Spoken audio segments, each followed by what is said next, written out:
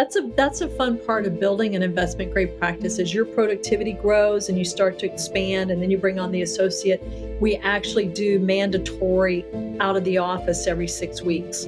So there's a big bonus in it because you need to start practicing how to be a business owner, not simply a producer and provider.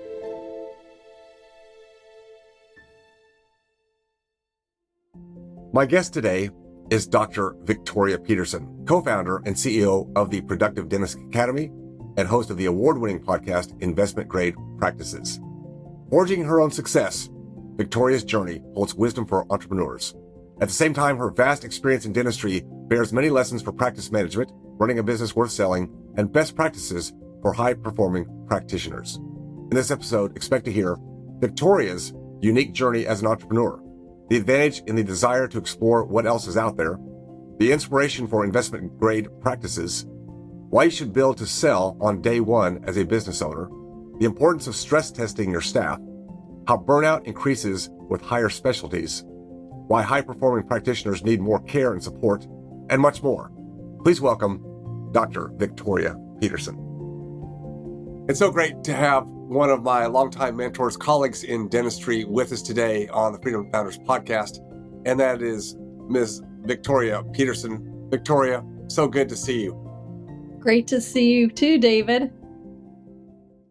We have reflected in recent times when we've been together here and there, just how many years we go back. And I'm the first to say, I can't believe how many years because you always look so good. And I'm thinking, well, that makes me feel better because if Victoria's looking good, then we really aren't so old and we're actually still very young and fresh. And I'm going to go with that today. But I'm going to say that we do have some history and time, which I'm proud of. And I think you would say the same thing. There are certain people that have been a part of our life, our journey, career, could be friends, could be in collaboration in our profession, our industry, which is really where we come from.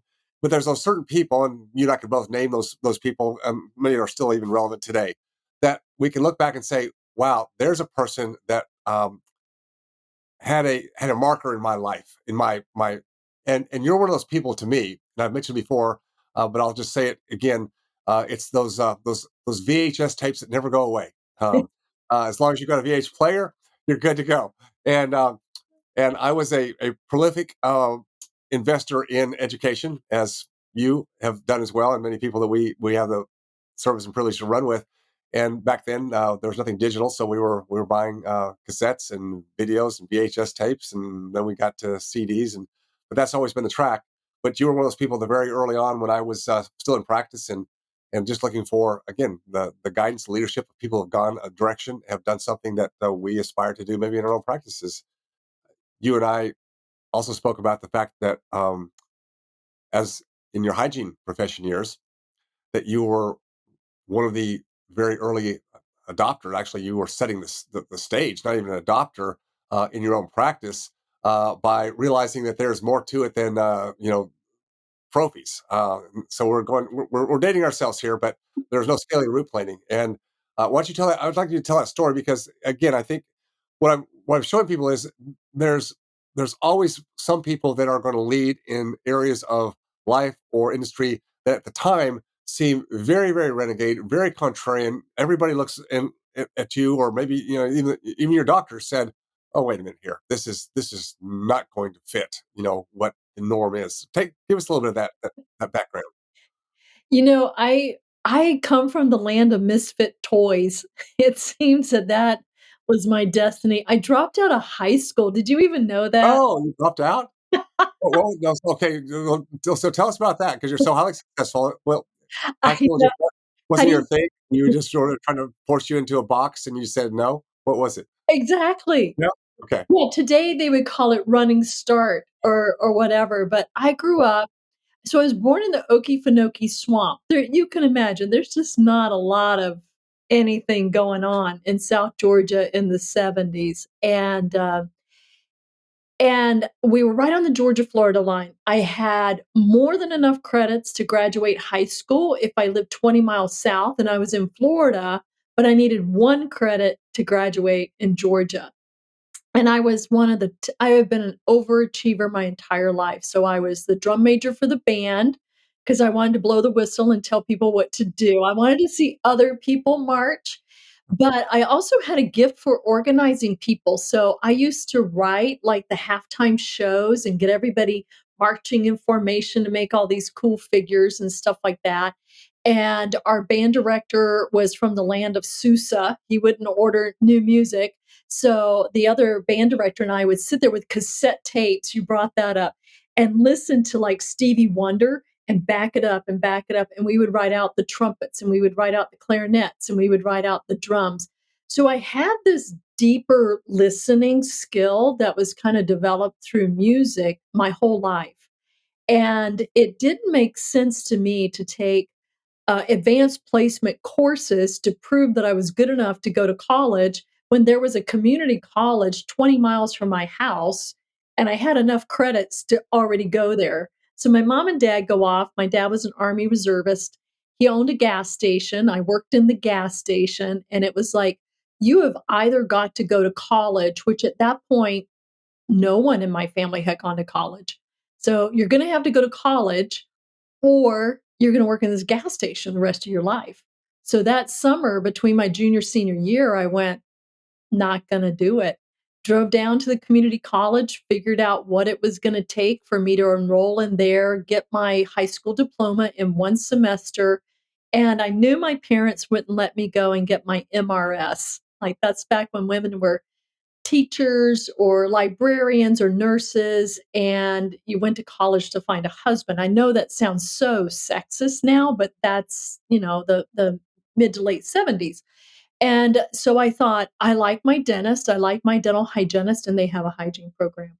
So that's how I got into hygiene is that I had to fill out an application so my parents would let me leave high school early and, never thought I would get in. There were 400 applicants for 20 slots. I thought, Oh, I'm 17. They're never gonna let me in.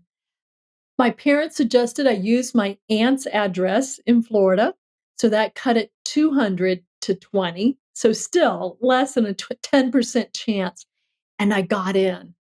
And David, I was so young, and my dad having a military background, I thought I was drafted. And so I'm crying, and my mom is like, "Oh, look, she's so happy. We're gonna have a hygienist. Then maybe you can be an orthodontist." That was like the pinnacle for my family is if I could become an orthodontist, which by the time I got out of hygiene school, I knew my love was business. I grew up in small business. I did bookkeeping for my dad. I was taking accounting classes. I just knew I was gonna be a business major. They also put me in Dale Carnegie, How to Win Friends and Influence People, and speaking. So those were the kind of things I was doing at 17 that I think just laid such a great foundation for how dynamic this industry called dentistry can really be. So, a dental hygienist with a 2-year associate degree rises up to create a network of 5 or 6 dental offices that I owned, right, from 2011 to 2018. So, I've had a lot of fun in this industry and experimented with a lot of things. a lot of people, Victoria, work hard to get to a certain point in life, and that could be defined by themselves, by their well-intentioned parents, could be by society. A pinnacle being a degree of some kind, right? And so one goes and does that. And for a lot of people, that's kind of like it. Yes, you want to continue to be the best at that particular profession or degree that you want to, but it's like I achieved something. Take a breath. I'm good, and now I'm just going to work that I worked so hard for. Okay, nothing wrong with that. But I'm saying you showed very early on that this is probably not the right word to use for it because it doesn't fit, but to some degree it does because I feel the same thing. Um, Not being satisfied with a status quo, meaning you were always maybe getting a position where you were always elevating yourself, but maybe feeling a little tendency towards boredom relatively quickly and saying, "Hey, what's next?" Does that fit at all? Or maybe put it in your words because that may not be the best. Even as a kid, when people would say, "Hey, what do you wanna be when you grow up?" Like, my heroes were people like Benjamin Franklin and inventors and the Renaissance people. They were scientists and scholars and religious, and, they were more well-rounded people.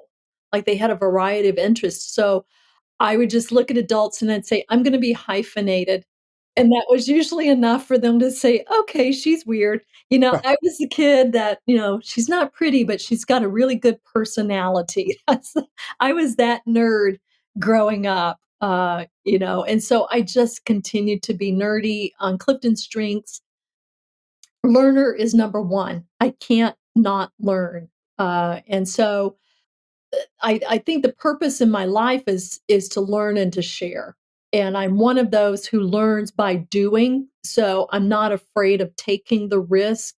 And everybody's like, "Oh, you're a way shower, you're out front," which is great. However, when you're out front in the jungle with a machete in your hand, you're the one also getting beat That's up right. and cut up by the brush. Right. So Right.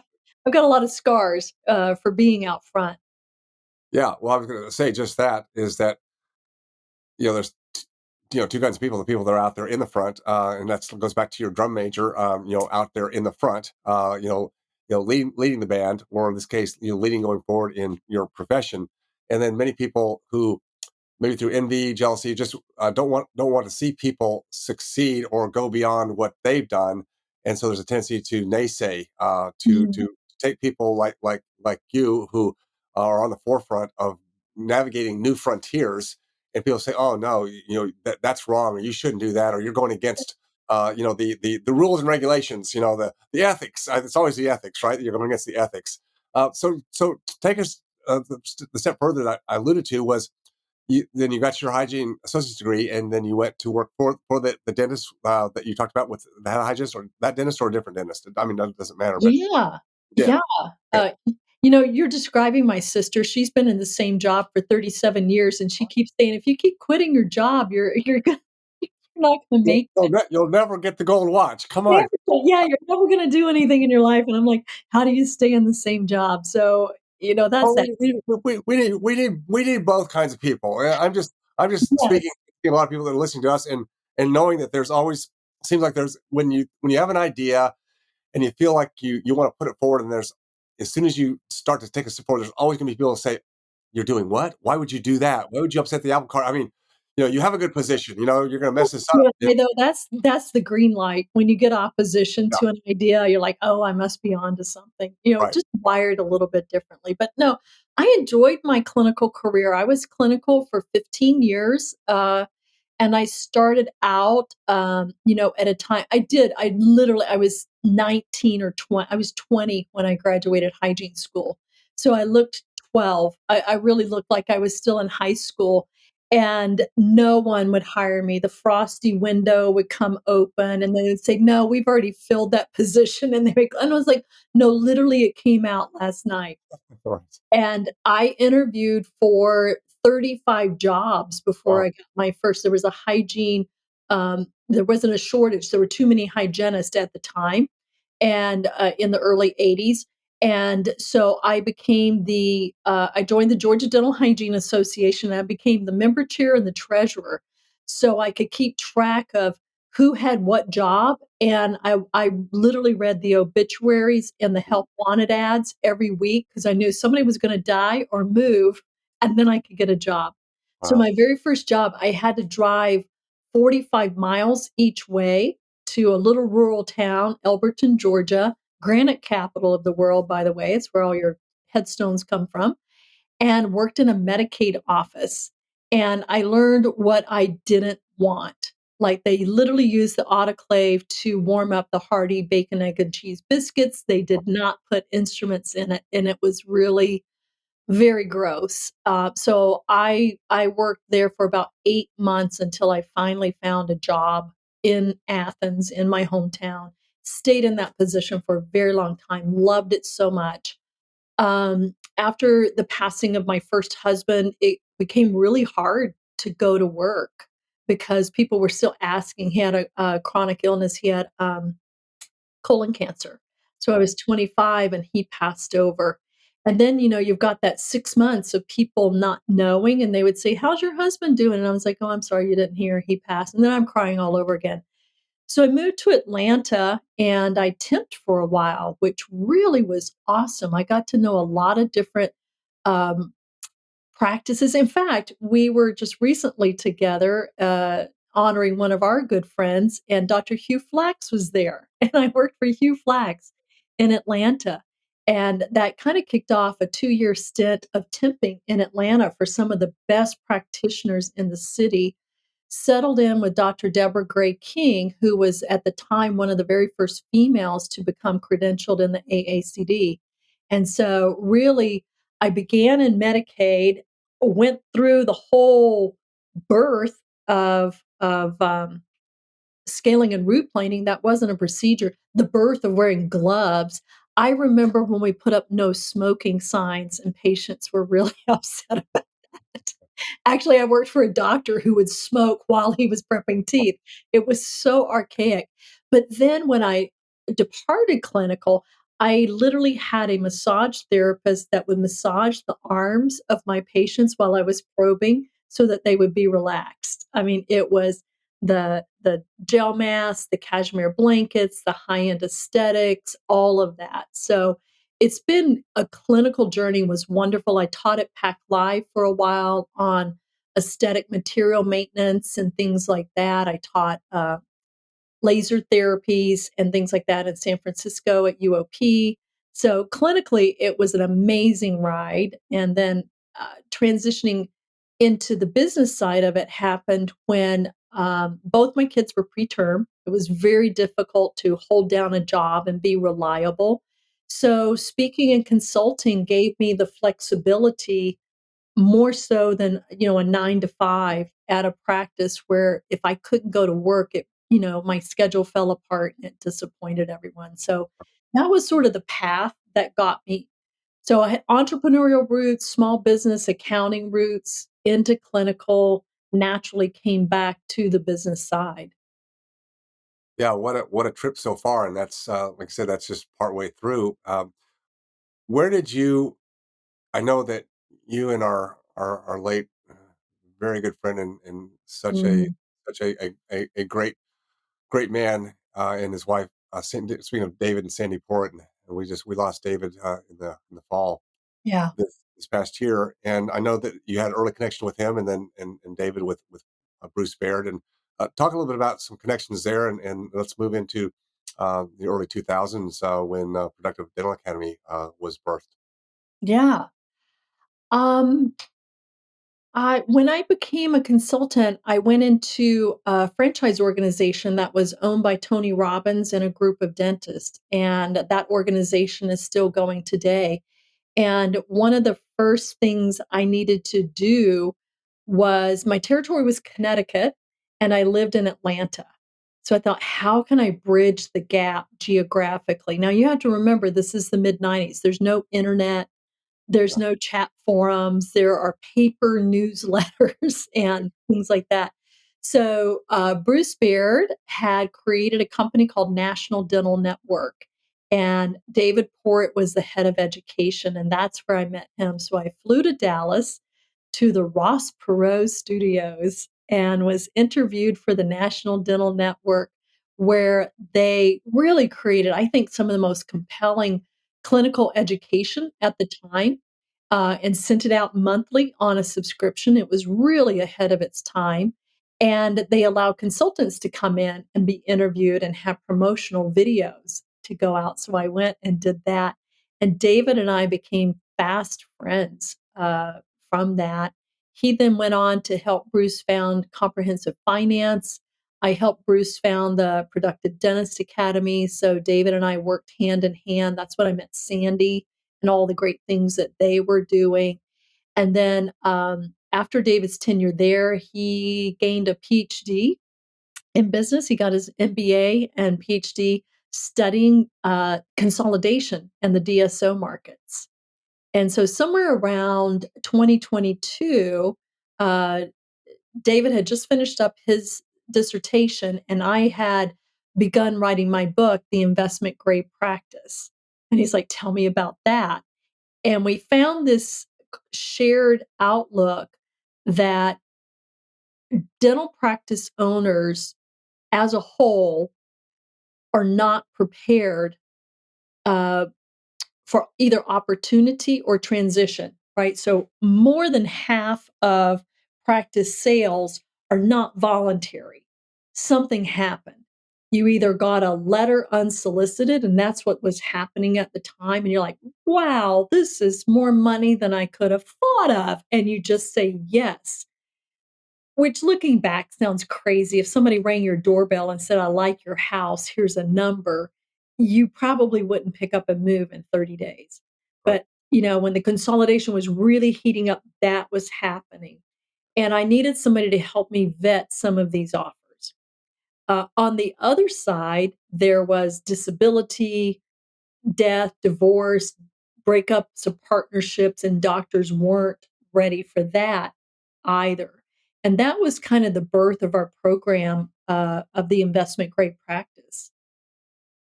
When I think about investment grade practice, I think about, well, there's other books on exiting business in general, and there's a book I think I remember the author, but it was like Built to Sell, Mm, and John Warlow, that's who yep, Built to Sell. Just it's a great book, and I read it years ago, and I thought it makes so much sense. Is we think about creating a business, a practice, building it, running it, operating it, engaging with our staff, our patients, all the things that go into creating the goodwill and all that we can, all the good that we do with our practices. And we typically don't think about, as you said, selling or exiting it until something not within our control involuntarily happens. It could be disability, it could be all the things you mentioned. Partnership breakup could be a member of the family health, you have to move, or maybe you just get that card or letter in the mail, and it's like, wow, that just triggered an emotion, and I'd like to go do it. The problem, as what investment grade practice helps do, is prepare in advance. Not that you it takes time. It takes time to do that preparation. So it's not like I want to sell next month and put the practice on the market. We both know preparing the practice in so many different ways, not just financially, but the systems and processes, the staff. So much is there that you work with. That's the process, and I try to help when I speak to young people. And of course, I'm not in the realm that what you do, but I still have opportunity to engage with younger yep, docs. And as I talk to them, is I try to give them that same idea. You may not be considering selling your practice that you just started 3 or 5 or 7 years ago for another 10, 15 plus years. Perfect. But why not go ahead and build it and sell investment grade practice today? Because as you're going through your journey, the practice is going, if it's running as a practice that's ready to put on the market, it's going to be running at top grade. And right. that's why would you want it there anyway? Well, here's another quick analogy, and I'll let you run with this. I think about this a lot too, and you've seen it before. You mentioned selling one's house, right? We're going to sell the house. Well, what do we need to do to get ready for the market? Well, we Yes. need paint. We need to upgrade the kitchens and the bath and the fixtures. Well, why didn't we do that while we were living in it? Right? So, okay. So you know where we're going with this. Oh, So well, just a little, you know my story with Pete. We move like every 2 years. So yeah, when you said that. we moved Yeah. into this house, he wanted to swap out a door, and he wasn't gonna do it to, like, his builder grade standard, and I said, "No, you have to fill this in, and you have to do this," and he's like, "Why?" And I said, "Because you're gonna do that before we put it on the market, and I wanna live in it as if it's on the market. Let's Yes. just do it now." Yes. So talking. So let's talk about. I mean, the benefits both for somebody who an owner who really is looking ahead and hopefully giving themselves several years to do that, Yeah, or someone who's much younger and practicing and thinking, why do I need to do that now? I'm not going to sell for a long time. So yeah. there's benefits for both sides. What are those? What do you see as primary benefits being? Well, I think the number one rule is we need to change our mind shift. Like exit planning is business planning. It is Stephen Covey 101, begin with the end in mind. So if you don't know where you're going, anywhere will do. But when you think about questions of how big should my team be? What is my service mix? All of those things that quite honestly, those questions get answered on the trade show floor at conferences. Oh, I saw this lecture and it was amazing and they gave me a great deal on this new piece of equipment. I don't even have to name the equipment. It's any new shiny object, and then you go back and you say, I don't have the right team to do this thing. And I didn't budget for training, ergo, it sits in the corner. So you're going along and making decisions about the business anyway. Why not have a path and a strategy? So if you're a builder, you think about the final product, right? And you work with an architect and you blueprint it. Then you grade the dirt, then you pour the foundation. I think a lot of times dental business owners buy the practice. Rightfully so. They don't go in and make a lot of changes up front. They don't wanna upset the team or the patients. They wanna get their feet wet. But then that mindset carries forward for, like, 5 years. "Well, I didn't wanna upset Martha, who already retired," and I still so inertia can take place. Um, it's going to and I would say this, building on the principles of an investment grade practice do 2 things. Number 1, it makes your practice very predictable. And predictability, I think as a marketer, because that's another one of my little degrees that I slipped in there is marketing. The number one thing you can do for marketing is build bridges of trust. And the way you build a bridge of trust is to have certainty. Certainty comes from continuity and consistency. So when your systems are consistent, your team loves it because they know what their job is. So you don't have a lot of team turnover. Your patients love it because they know what they can count on. Predictability is the first step, but predictability doesn't always get you best value when you sell. There's another question I love to ask, and that is, oh, go back to when you were a full-time dentist and answer this question. I've never asked you this question, David. How long could you leave your practice Mhm. and know for sure that it was going to run as well or better with you away as it is when you were there? Yeah, that I asked the same thing, when and so 20 plus years ago, I'm gonna keep this short. I actually had to test that, and not go into my story, but I had to finally test that because I hadn't tested it before. I did Right. have an associate, so it wasn't all about me. But I always thought, I'm the answer man.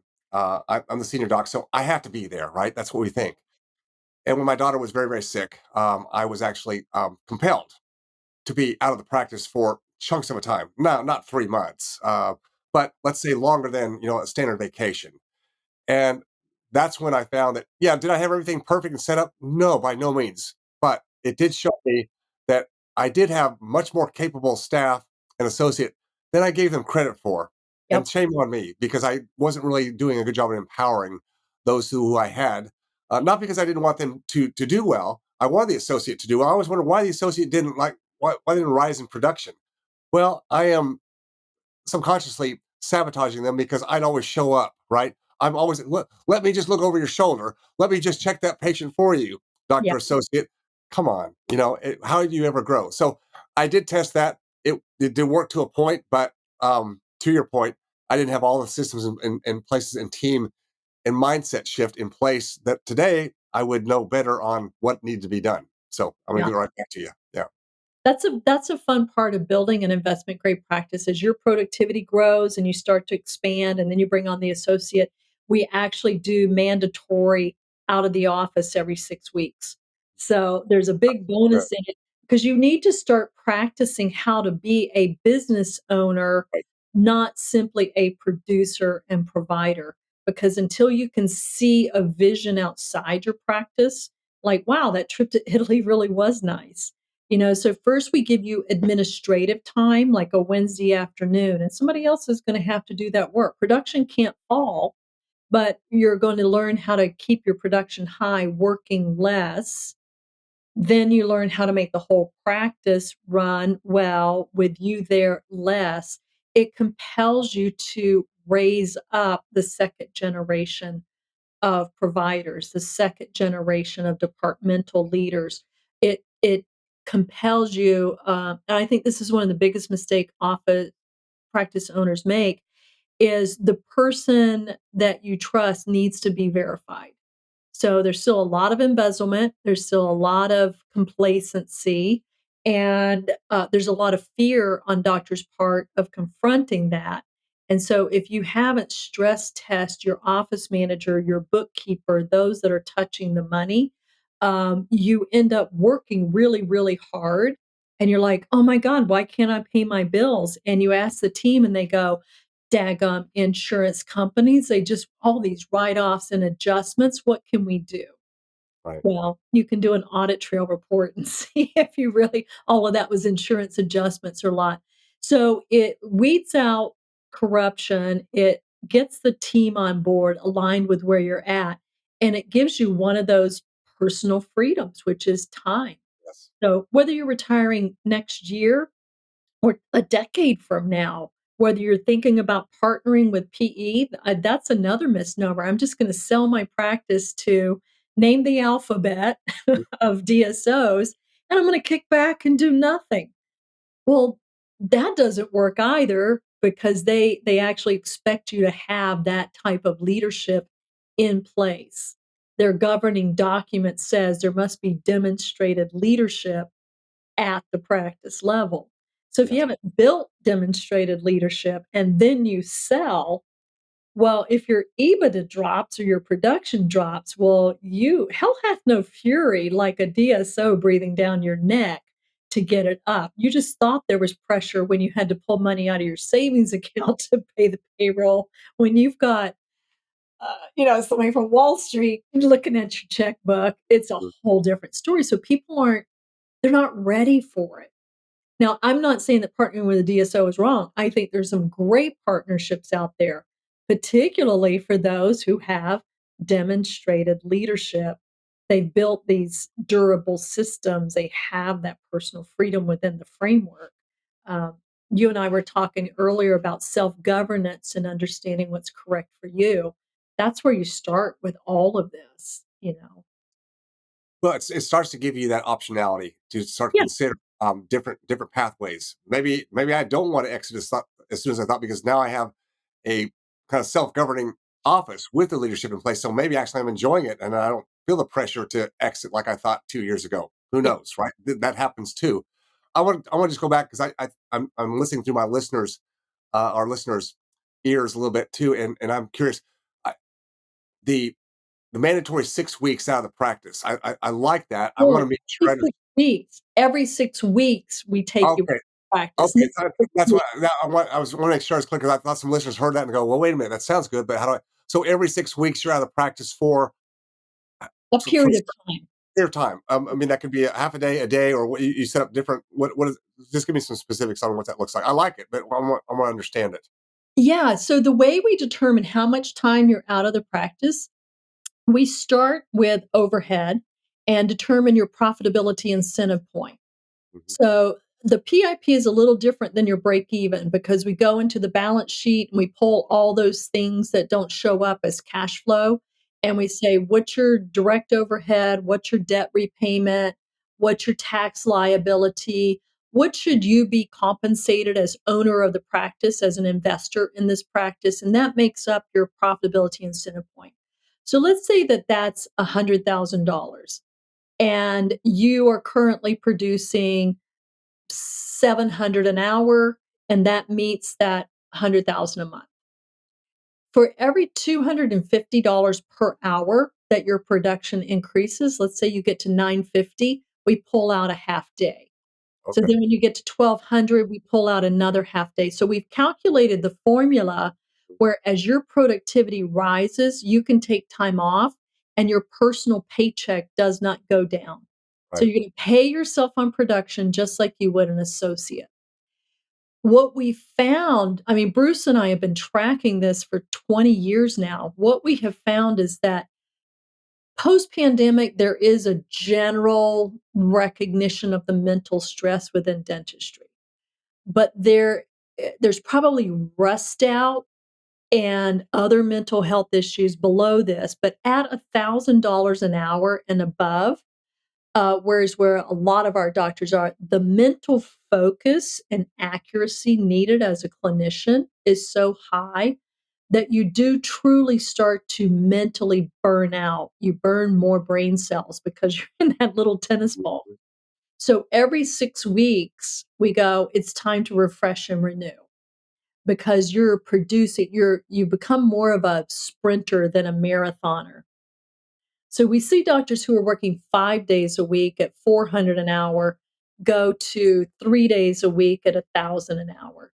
So now we have 4-day weekends, and every 6 weeks, plan it when there's a Monday holiday. So now you've got a 5-day, and then you so our doctors, rather than taking 2 weeks a year, they're taking probably 4 to 6 weeks a year because they're so productive, because they're so mentally hyper focused.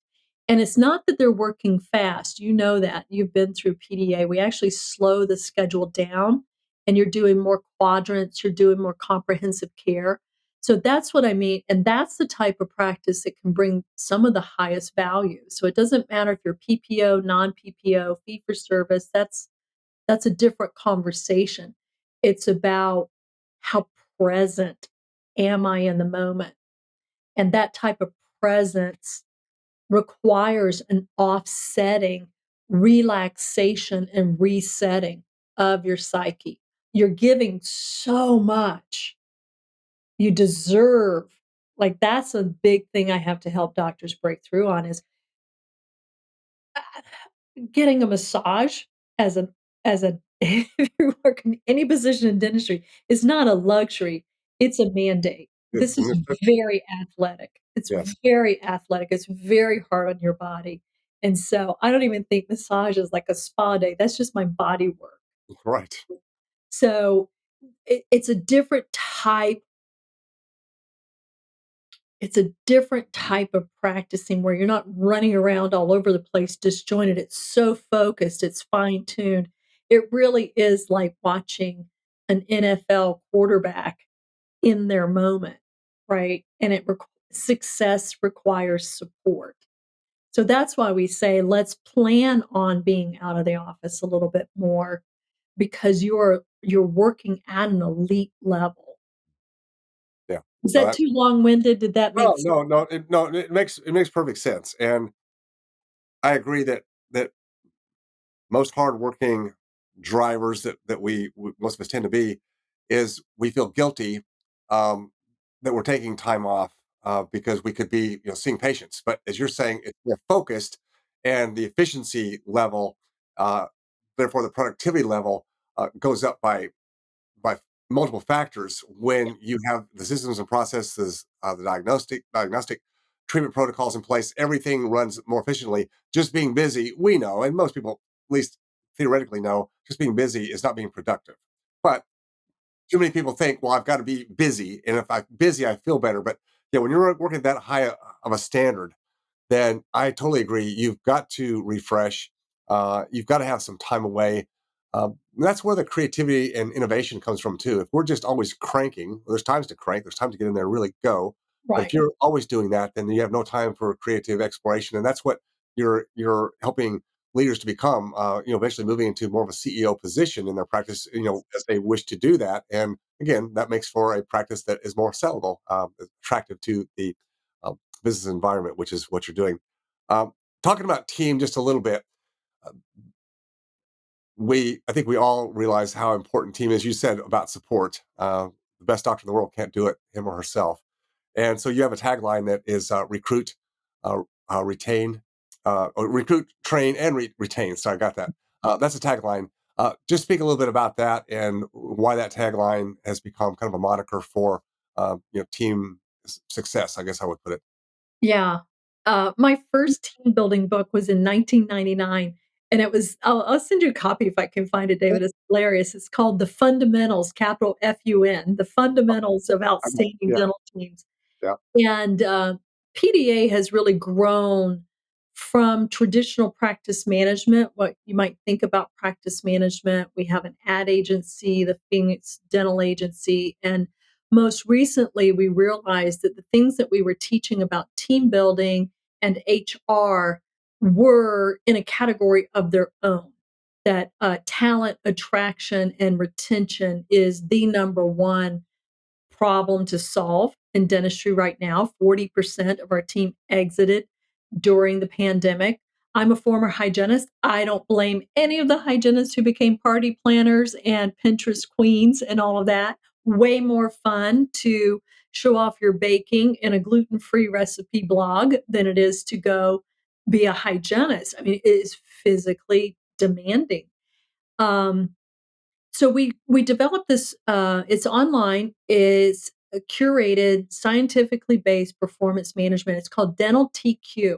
I was going to ask It's, you about that. Yeah. yeah, it's designed to help you raise your talent quotient, Mm, team quotient. So there's your EQ, your emotional quotient, your IQ, which makes you a great dentist. But how are you putting it into a system to develop the team? And we have an amazing faculty member there. Her name is Dr. Adrienne Reynolds. She has a PhD in organizational management. She's taught at Northwestern. She's taught in Missouri. She's taught in California. She worked overseas for many, many years. And she is like, we call her Adrienne HR Rocks Reynolds. And she's working with Joanne Miles, who is a fellow and a diplomat in ADOM. So they really are deeply entrenched in the challenges of office managers today. And it really does start with being competitive as an employer. And I don't think you and I ever had to worry about that back in the day. You just kind of ran an ad and 15 people would apply. Today, you have to build a brand not only for patients, but a brand for you as an employer. What are you known for? And it goes on LinkedIn and your career page and Glassdoor and Indeed. And laying these things down, having a video about your core values and what it's like to work in your practice, you'll become the preferred office for that associate looking for a new job, for that hygienist who says, "Hey, I'm looking for an oral systemic practice or a place where I can get more career satisfaction." So, team building today is not about tacky posters of icebergs or leaping the Grand Canyon or anything like that. It is really requiring that leaders become authentic, that they become genuine, that they know how to create psychological safety. I don't think either one of us even knew there was a class on psychological safety when we went through business school. So those are the things that are important. And we've got at least 4 generations working in side by side in almost every practice. So you have baby boomers like me who don't understand that Gen Z don't know how to spell because they've never been required to type full sentences, yeah. you know. And so there's a lot of generational gap to cover. And that's what dental TQ is really all about is how to de-escalate conflicts, how to properly onboard and create success with the team. Can dental TQ decrease conflicts outside of the dental industry? Well, Maybe. asking, there's a little bit of tension out there in the world. I feel it today, and I'm just wondering if Oh, this is meant yeah. to like, bring down the Yeah. Well, I don't conflict. know. It's a really inexpensive it's just in time learning. It's all online. It's $150 per practice to get access to all of that, all the job aids, all the job tools. And you can go hit Adrian up during office manager and ask office hours every week and ask her questions. But outside dentistry, yeah, we're just gonna have to keep pouring more love into the world. Well, I think that's what we can do, right? We can at least be that source of inspiration and motivation and leadership within our own realm. Yeah. Well, Victoria, this is it's always a pleasure. So fun to catch up with you, and I learned some additional stories today, which was actually fun for me, just to know some of the other insights and your fundamental book would be fun if you find a copy of that.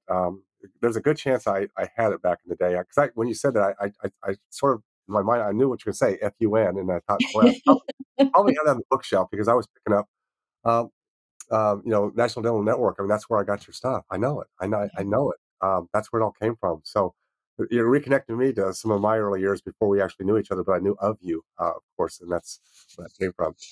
You know, Listen, funny yeah, a go ahead. really funny story real quickly. I was recently at a conference with Carrie Strain and his wife, Olivia, and, he said, "Do you remember that hygienist back in the day? We used to read all of her articles and get her benchmarks for perio and all that." And she's like, "Yeah, wasn't that, like, somebody named Vicky McManus?" And he goes, "Yeah, do you know who that is?" And she's like, who where she is now?" And she goes, "No, what happened to her?" And he's like, "It's Funny, Victoria Peterson." funny, And they're like, "Oh, connect the dots, connect the right? dots." So yeah, I changed my name about 7 years ago. I told my husband if we're married 10 years, then I'll change my name again. So Well, there uh, you go. Well, see, I still think of you as Vicky McManus too, but I'm also adopted to your involvement. So, well, congratulations, for all that you have done, all that you continue to do, and I think you have many, many more years of influence in our amazing industry. You are definitely innovative, definitely a leader, and you inspire so many. And it's been a pleasure just to be around you and have had a chance to work with you in the past and just collaborate with you in any area that we have the opportunity. So, Victoria, I've got links to everything we can put. Is there anything particular you'd like me to link that I don't probably have in your bio? no, I'm sure you've got it all, and I appreciate being here with you and spending time with you. You're my inspiration. So thank you for doing what you do. Appreciate you. Have a great week, and we'll talk again soon. Thank you, David. For most of us, we dive into the deep end without knowing how to swim. That's how we started our own practice or business. No one taught us exactly what to do and when. To use a different analogy, we shot off into the sky as we built our rocket ship on the way up. That's why people like Victoria Peterson are so important in dentistry and in the entrepreneurial space. Many dentists look to her for lessons. I know I did. That's why I want to share what I learned in the hope that it will improve your rocket as you continue to go up. You have to test ideas. You have to test new strategies, new tactics to make any kind of progress in life. Every entrepreneur, every person who's been successful, even those who are most famous, you go back to, let's say, Steve Jobs or Bill Gates or Jeff Bezos, just people we know from the top. Everybody has a story of where they started, in a garage, in a back room, and had to make progress little by little, and many times had to take steps back because no progress, no innovation ever happens in a vacuum. No business plan, no goal, no pro forma ever happens exactly like we want to. Yes, we have to have a plan, plan to get to the goals we want. We have to have that vision. It's important, but understand that vision is not the clear shot to get there. The vision is only a North Star. Along the way, on that path to that North Star, there's going to be ups and downs, twists and turns, deviations. And part of the resiliency and perseverance of entrepreneurs is we never quit. We learn as we go. We test as we go. We gain lessons. Theory, academia only goes so far. Getting out and being in the trenches is where the real world happens and where the real goals come to fruition. Mindset is a huge part of our abilities and capabilities to persevere, to look at the world as our oyster, but understanding that oyster comes with a lot of potential downside, a lot of baggage, a lot of things that we have to overcome. The world is based on a lot of people who want to play it safe, looking for comfort. Well, I get that. We all want some stability, some comfort, some security in our lives, but that's not the way the world works. I've gone through many ups and downs in my own life and have gotten to the point where I don't expect everything to go the way I want it. I don't expect every plan I make, everything I do with the best of intentions, the best of integrity, the best of the planning I can do. There's always something out there that may trip me up and slow things down or make me even take a different turn or open a different door. This is part of life, and having a mindset that understands that your capabilities are a part of going forward and getting through those traps, those downfalls, those minefields, those pitfalls, and going on to the next. Surrounding yourself with people who are on the same path is a big part of the journey as well. Understanding that we're all in it together and everybody has their story of what they went through to get to whatever level of success they have today. And success is not a destination.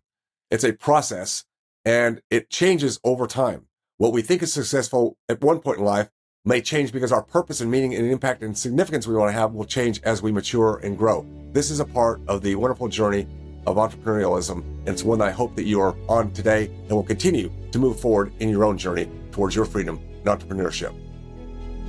Most spend their lives optimizing for wealth, net worth, and quantity, thinking them the accurate measuring sticks for success or the magical portals into the lives they want.